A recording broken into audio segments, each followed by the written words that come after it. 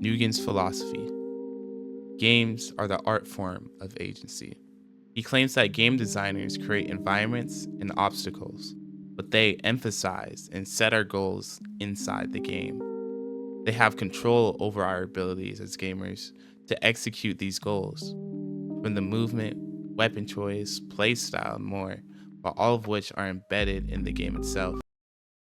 Games create aesthetic experiences of acting and doing. A blog post by Dominic Diamond explored why games are just philosophical ideas, but into an art form, which the players can play. Decisions like the trolley example are seen throughout gaming history. Mass Effect 3, whether or not to save Admiral Quares or his 5 crew members, and we get to play out what happens with either choice. One leads to a lot more bloodshed and calamities than the other, but we're still able to experience the lofty ideas of the philosophers who sit and drink wine. Games, in a sense, lets players work towards a clear purpose, an end goal, if you will, and it creates a clear path for the player to achieve that. But I would argue that path would look different to everyone depending on the playstyle and generally how the player thinks. There are different archetypes of players. Briefly, we'll go over them, and in the next video, we'll dive deeper into those archetypes. The two major categories of players that are essential are the casual and the competitive gamer. Everyone else and the 10% of gamers. The casual player is looking for fun and ways to enjoy the game without trying that hard. Or maybe it's a pastime they like to indulge in every so often for a sense of play. The competitive gamer is looking for the points, finding ways to maximize their playstyles for optimal builds, best gear, farm routes, etc., to reach to the peak of the game while battling out with other players, usually involving some sort of ranking system. The competitive player breaks down to further categories: the point man, support, leader, and flex. In most shooters, we see these sort of characteristics being played out. Point man is, well, the guy who gets kills, pushes objectives, and puts fear into the enemy due to their mechanical skill. The support is not focused on kills. Their main task is helping the team out to either push the objective, getting the kills, or even gathering intel for the entire team in total. The IGL, or in-game leader, is responsible for thinking for the team, setting up plays, knowing what the enemy is doing, and how to respond to get the best possible outcome. And then the flex, the jack of all trades.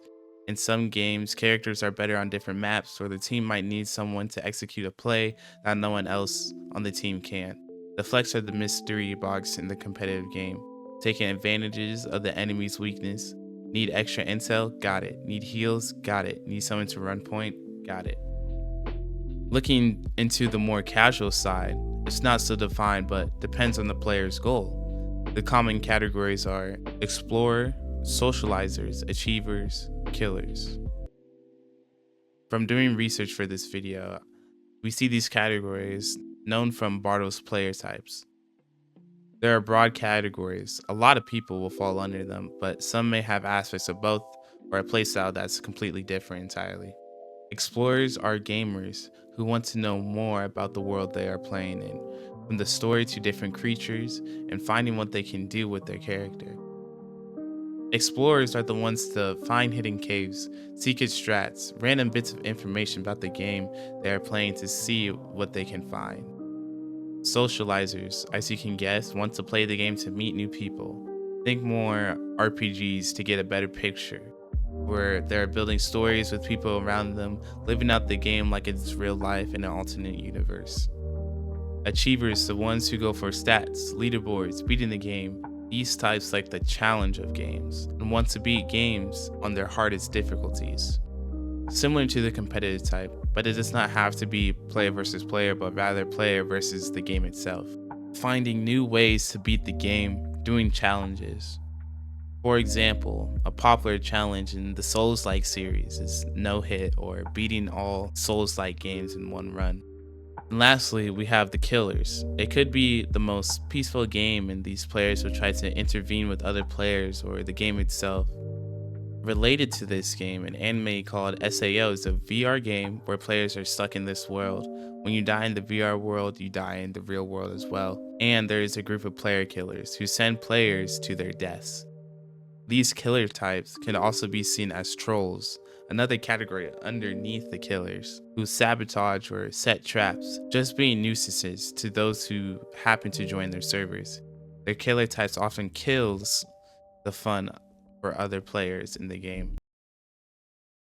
Games are very expressive.